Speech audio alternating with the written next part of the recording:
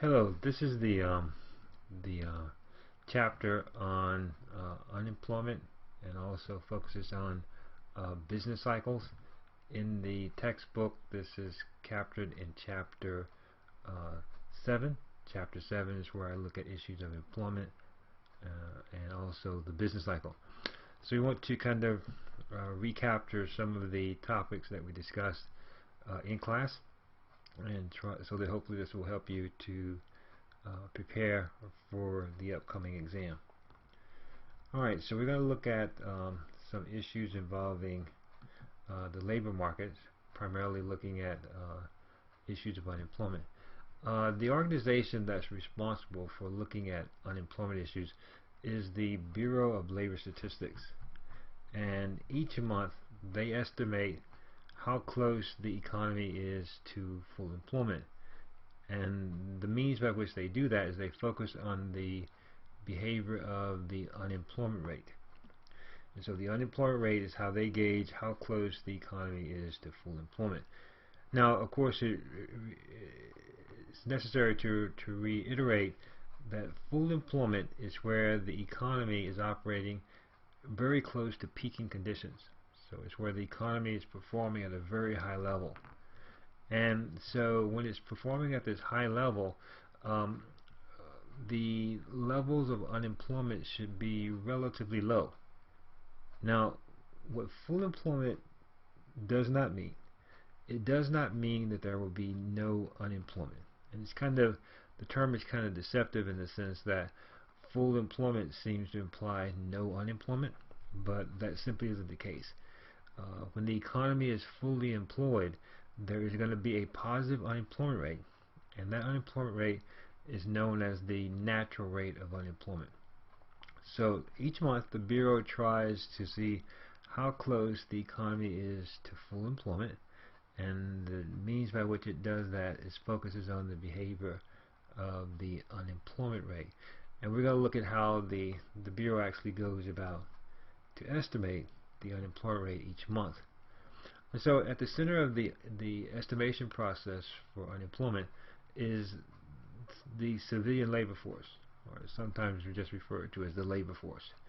And the labor force will consist of every person that's working, employed, and every person that is actively seeking work, unemployed. And so the labor force, so when the unemployment rate is calculated, it's not based on the entire population. It's based on the civilian labor force. Okay. All right. And so to be considered in the labor force, you have to be either employed, working for pay, and the Bureau defines working for pay as working at least 1 hour a week for pay. They make the net as wide as possible so they can capture as much work for pay activity as possible. And also, to be in the civilian labor force, you could be considered unemployed, where you are actively seeking work on a weekly basis. So the Bureau will count a person as being unemployed if they are actively seeking work on a weekly basis. Now, the way the Bureau estimates the unemployment rate is they start at the total population level. So they start at the total population level for the United States, which is right now approaching about 317 million people. And they try to identify every person that is not working for pay or actively seeking work. So if you're not working for pay or actively seeking work, they want to exclude you from this process so that they can focus on the persons that are working for pay or actively seeking work. Now, the persons that get excluded are referred to collectively as non-labor force participants. And there are some very significant groups in terms of size. For example, children under 16 would be considered non-labor force participants, and so they would be excluded. The fully retired, they're considered non-labor force participants, and they are excluded. The institutionalized are excluded. The persons that are severely sick and disabled to the point of not being able to work or actively seek work, they are excluded. Full-time homemakers, for example, are excluded. The military is excluded because of the unique function provided by the military of providing national defense. And so they're excluded from the unemployment rate calculations.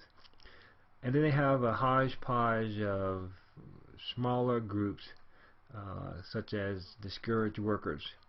And discouraged workers are persons who were actively seeking work, so they were initially considered unemployed, and then they stop looking. They get discouraged because they can't find the job that they desire or the employment type that they desire, and so they simply stop looking.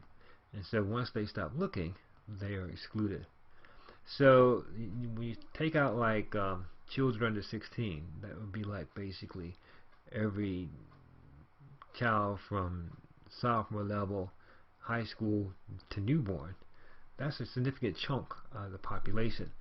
So when you take this total population of about 317 million and you take out all of these significant groups, the non-labor force participants, by the time you get to the labor force, you really cut the population in terms of the relevant persons to focus on. You cut it in more than half. And so to get a sense of that, let's take a closer look at what the labor force consists of. Alright, so I have some actual BLS data, and we can use this data to replicate how the Bureau calculates the unemployment rate each month.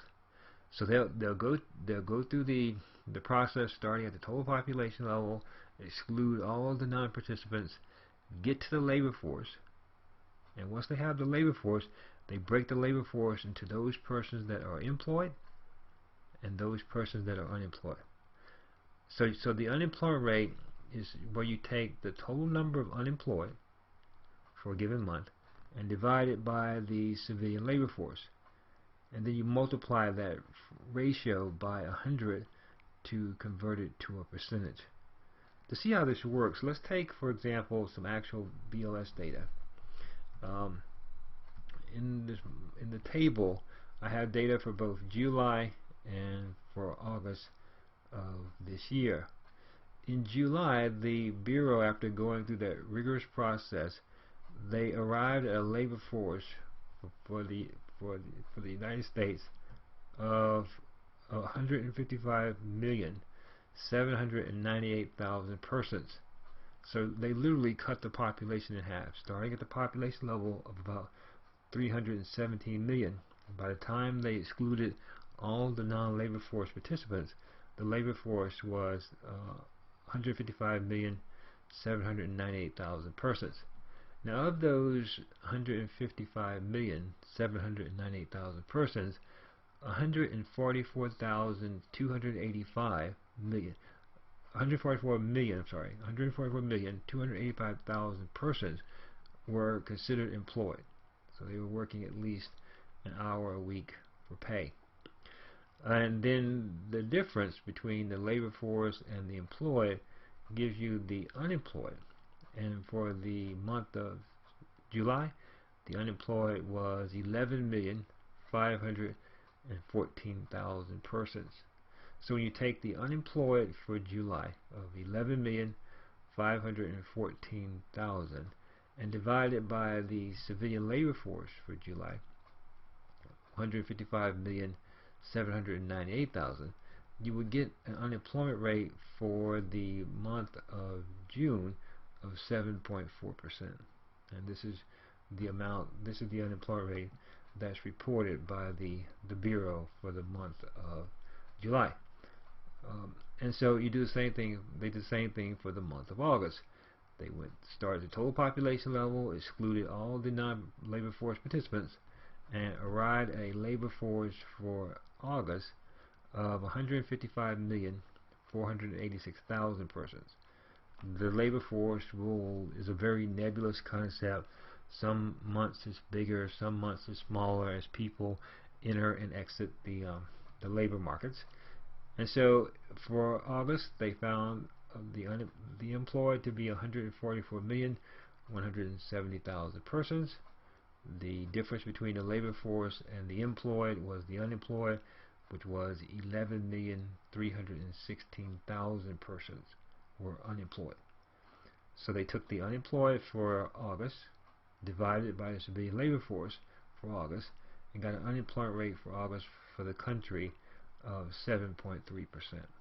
Okay, so the Bureau goes through this exercise every month because they want to see how close the economy is to full employment. Alright, so once the Bureau has calculated the unemployment rate, then they have to try and explain why the unemployed can't find work. So if you got like 11,500,000 persons that are actively seeking work, you know, we want to know why they can't find employment. And so there are reasons, there are types of unemployment that kind of emerge, and we'll talk about four of the more common types of unemployment. One reason why people can't find work is due to what we call frictional unemployment. Frictional or transitional unemployment. And frictional unemployment occurs when workers are moving between jobs. So if a person has a job and they voluntarily leave that job, or in some cases involuntarily leave the job, that period when they're between jobs, they are coded as frictionally unemployed. Now, frictional unemployment tends to be the least severe of the types of unemployment because workers are in a state of transition. So when the economy is doing well and they move from one job to another, they can make that transition rather quickly. Now, frictional unemployment can be severe, particularly when the economy isn't doing well. It will simply take workers longer to transition from one job to the next. But typically, frictional is the least severe type of unemployment. Another reason why those persons can't find work is due to what we call structural unemployment. And structural unemployment is serious business in the sense that when persons are structurally unemployed, they have skills that they possess, but unfortunately no one is hiring for those skills. So the workers have a unique skill set, but the skill set is not transferable to current openings and other employment opportunities. And so these persons tend to have a rather difficult time finding comparable employment. And so what they have to do is they have to acquire a whole new skill set. So they get new skills, and those skills then make them more employable. But the prospects of getting new skills is not an overnight experiment. It sometimes takes months. In some cases, people will go back to school, and that could take years. And so the structurally unemployed tend to have the most difficult time because they have to kind of literally reinvent themselves. Cyclical unemployment is also another explanation for why persons can't find work. And cyclical unemployment, it has to do with persons becoming unemployed because of the economy going through structural some changes. Like, for example, the economy kind of assumes a different persona over time. The economy is always in a state of kind of reinventing itself. Like the U.S. economy was very different than it was in the 1930s than it is currently. And so, you know, as the economy's kind of persona changes, people will lose jobs as the economy becomes kind of a different entity, if we can think of it that way. So cyclical unemployment is where persons become unemployed as the economy goes through a state of transformation. So in the 1930s, where there was a heavy focus on agriculture, as agriculture gave way, for example, in the 1970s to manufacturing, and as manufacturing gave way in the 80s and currently to services, as the economy was transforming during those shifts, persons lost jobs, and we can attribute that to cyclical unemployment. Cyclical unemployment tends to emerge when the economy goes into a recessionary phase. So you can typically find, particularly as the recession becomes more severe, you can find significant traces of cyclical unemployment. Another type of unemployment which serves as a reason why persons can't find work is due to what we call seasonal unemployment. And seasonal unemployment is where workers become unemployed due to the seasonal nature of some industries. There are some industries that have very high levels of employment during certain times or seasons of the year. And during other times or seasons of the year, the employment levels are dramatically reduced. Like, for example, construction in the northeastern part of the United States. In the summer and the springtime, employment levels are very high as the weather is conducive to a lot of outdoor construction. But during the winter time, when the climatic conditions are not conducive to outside working, a lot of construction activity stops. Recreational industries, in the summer, for example, lifeguards, for example, are needed much more readily than they are, say, in the winter. Or in the winter, like skiing, the ski season. Ski lodges have very high levels of employment during the skiing season, but when the snow melts, those ski lodges tend to cut back on their levels of staffing.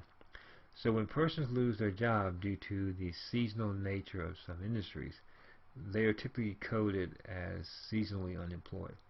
And so the Bureau has other types of unemployment that they estimate, and these types of unemployment serve as reasons that can be utilized to explain why persons can't find work. All right. Another issue that we have to looked at in this chapter involved the business cycle. And the business cycle looks at the behavior of real GDP over time. The economy goes through like an ebbs and flow behavior over time. Although the difference between the high point and low point for a business cycle has dramatically been reduced as we've learned more about the dynamic nature of the economy. So a business cycle looks at the behavior of real GDP over time.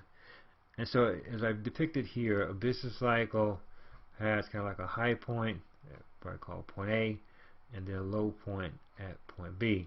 And so when you study a pronounced business cycle, you can actually break it into phases. So we want to look a little closer at the internal structure of a business cycle.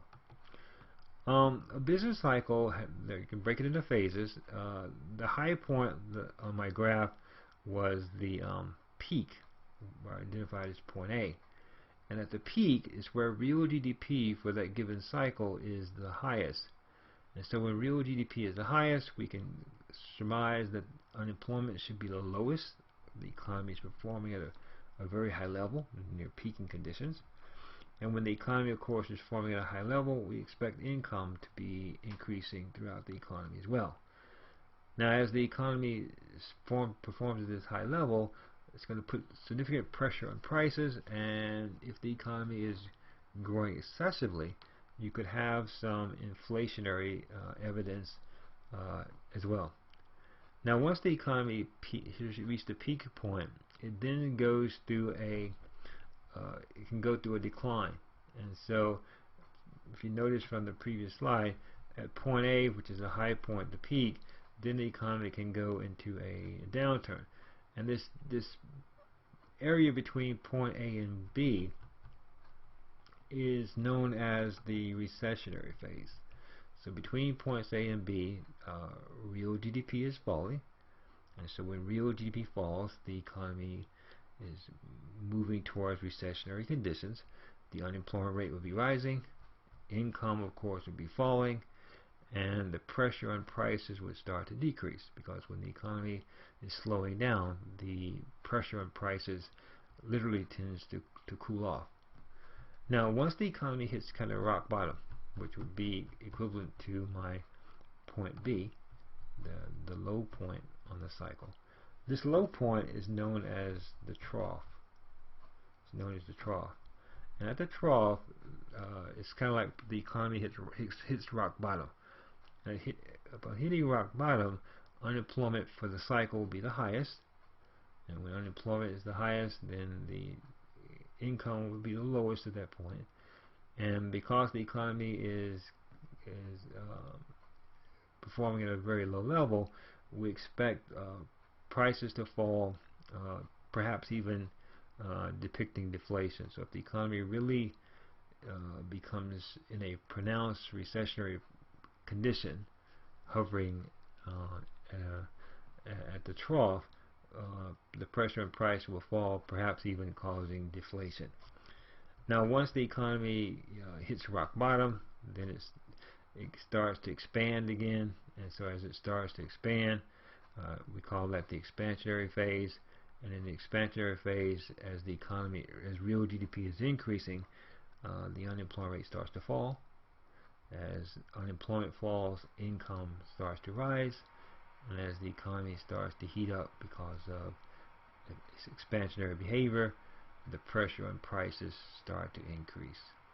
Okay, so the business cycle simply traces out the behavior of real GDP over time. Is tracking basically expansionary periods and periods of recession. All right.